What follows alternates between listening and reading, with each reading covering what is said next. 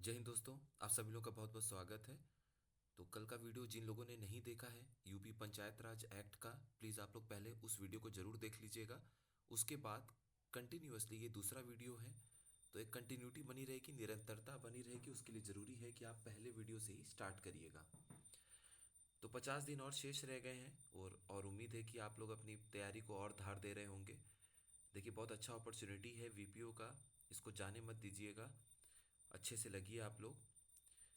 और जितने भी लोग क्वेरी करते रहते हैं, पूछते रहते हैं, तो सामर्थ्य बैच जो वीपीओ के लिए है, अगर आप अभी भी प्रॉपर तरीके से तैयारी करना चाहते हैं, कहीं पे आपको प्रॉपर गाइडेंस नहीं मिली है, एमसीक्यू प्रैक्टिस वगैरह सब कुछ करना चाहते हैं, तो इस नंबर पर आप व्हाट्सअप करके 8744903539 इस नंबर पर आप क्वेरी कर सकते हैं वीपीओ सामर्थ्य बैच के लिए। चलिए स्टार्ट करते हैं।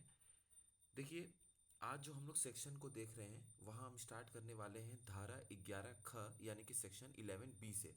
इसमें यह बताया गया है कि प्रधानों का जो इलेक्शन होता है, प्रधानों का जो निर्वाचन होता है, वो इस सेक्शन से जुड़ा हुआ है। यहाँ पर आप टॉपिक आप देख रहे हैं प्रशासनिक समिति या प्रशासक। तो जाहिर सी बात है कि जब चुनाव एक सही मापदंड पर नहीं होगा या जितने लोगों की ज़रूरत है उतने लोग नहीं चुने जाएंगे, तो प्रशासनिक समिति यानी कि एडमिनिस्ट्रेटिव कमेटी और एडमिनिस्ट्रेटर यानी कि प्रशासक की नियुक्ति का प्रावधान है इस अधिनियम में। ये एक टेम्पररी अरेंजमेंट है। टेम्पररी अरेंजमेंट का मतलब ये है कि जब चुनाव हो जाता है तो एक स्थायी रूप से 5 साल के लिए लोकल लेवल पर एक सरकार आपको मिल जाती है, स्थानीय सरकार आपको मिल जाती है पंचायत के रूप में। लेकिन अगर चुनाव के बाद आपको एक स्थानीय सरकार नहीं मिल रही है, तो 6 महीनों के लिए, 6 महीने के टाइम ड्यूरेशन के लिए प्रशासनिक समिति या प्रशासक उस लोकल गवर्नमेंट यानी स्थानीय सरकार को चलाएगी।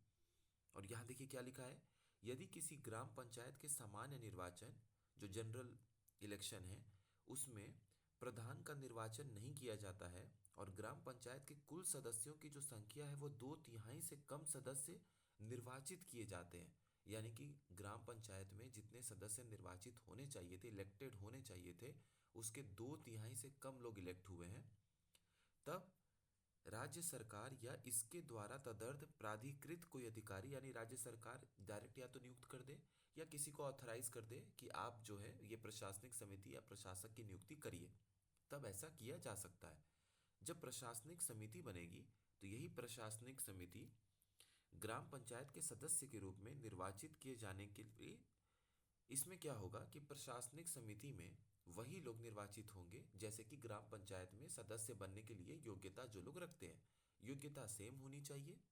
अब वहाँ पर ग्राम पंचायत की व्यवस्था थी, ग्राम पंचायत जब नहीं प्रॉपर तरीके से काम कर रहा है तो प्रशासनिक समिति जो है उसका गठन होगा, और ये 6 महीने के लिए होगा, ये ध्यान रखिएगा।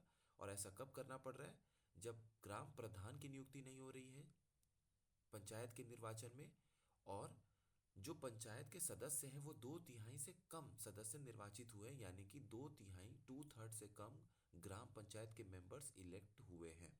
ये बात याद रखिएगा। प्रशासनिक समिति बनाइए या फिर एक प्रशासक की भी आप नियुक्ति कर सकते हैं जिसको हम एडमिनिस्ट्रेटर के रूप में जानते हैं। अब ये जो प्रशासनिक समिति के सदस्य होंगे या प्रशासक होंगे, ये अधिक से अधिक 6 माह की अवधि के लिए, 6 मंथ टाइम ड्यूरेशन के लिए ये पदभार अपना ग्रहण करेंगे। तो यहाँ से ये इंपॉर्टेंट पॉइंट है, इसको रिवाइज कर लीजिएगा आप लोग। और कौन से सेक्शन में ये बात लिखी गई है, धारा 11 ख यानी कि सेक्शन 11 बी में। इसके बाद आता है धारा 11 च। इसमें पंचायत क्षेत्र की घोषणा के बारे में बताया गया है। देखिए कि पंचायत जो क्षेत्र बनेगा वो राज्य सरकार किस एरिया को, कितने गांव के समूह, कितने गांव को या गांव में रहने वाले लोगों को मिलाकर एक पंचायत एरिया डिक्लेयर करेगा या फिर पंचायत घोषणा करेगा।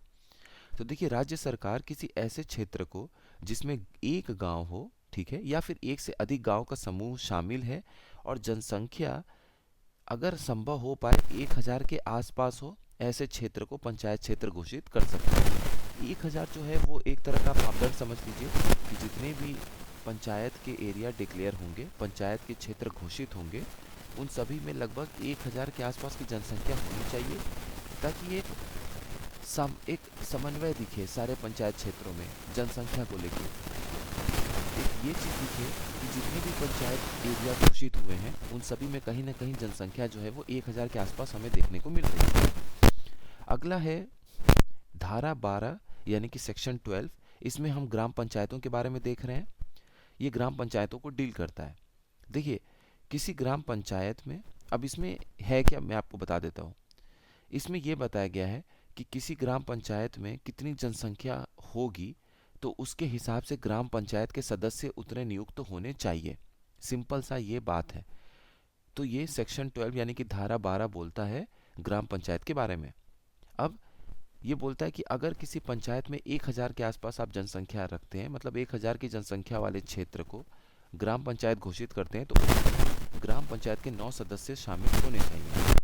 अगर 1000 से अधिक हो जनसंख्या में लेकिन 2000 से कम हो तो 11 ग्राम पंचायत सदस्य आप नियुक्त करेंगे।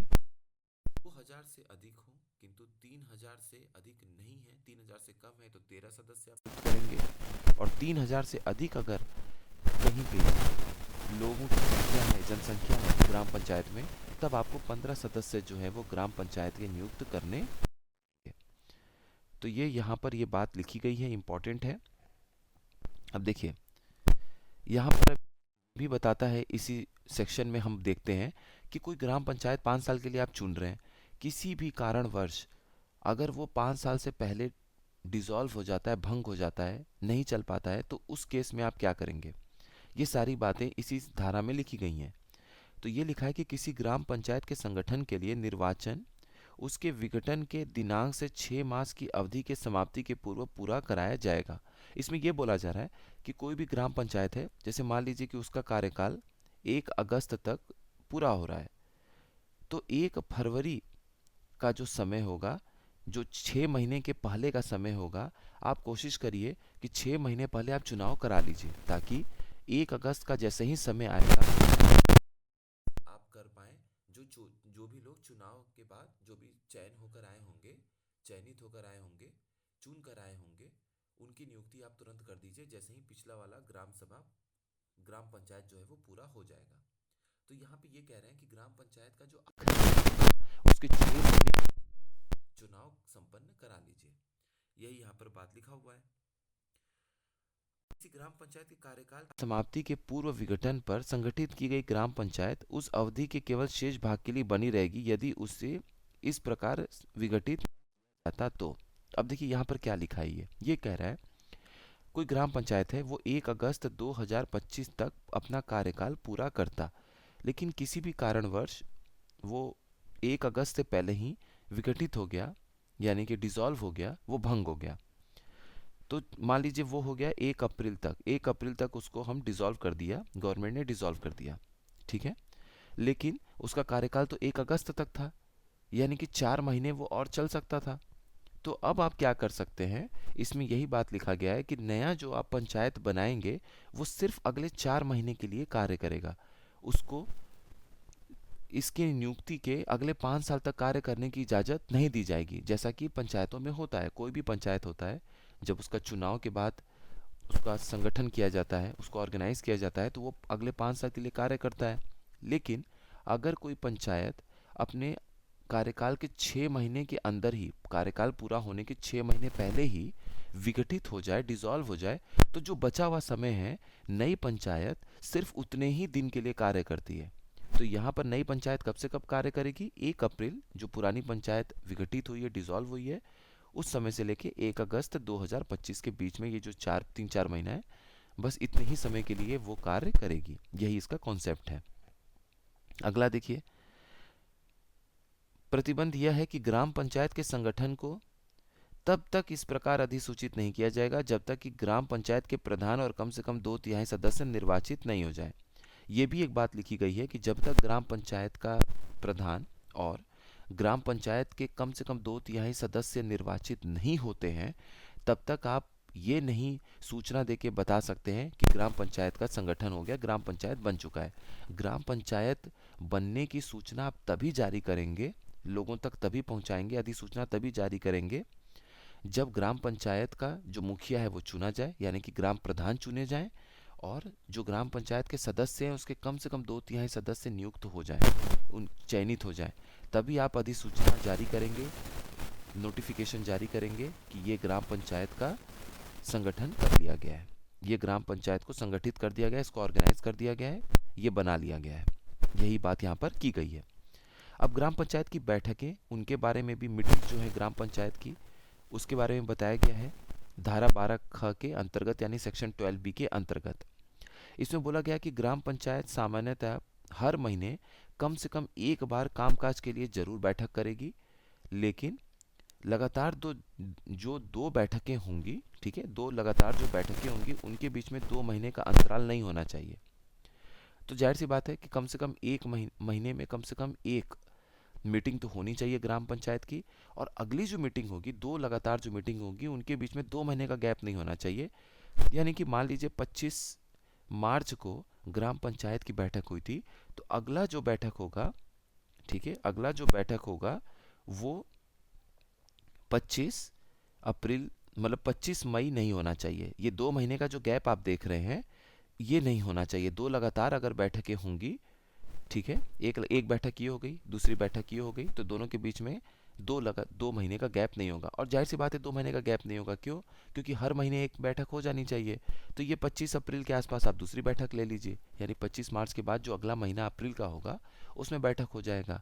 तो 2 महीने, दो लगातार बैठकों के बीच में 2 महीने का गैप कहाँ आएगा? एक ही महीने का गैप आएगा। तो यहाँ पर आप समझ लीजिए एक चीज़ और, ग्राम सभा की जब बैठक होगी तो उसमें ये लिखा था कि खरीफ की फसल की कटाई के बाद, जो पिछले वीडियो में हमने देखा, और रबी की फसल की कटाई के बाद 2 बैठक आपकी ग्राम सभा की साल में होनी चाहिए। और ग्राम सभा क्या है?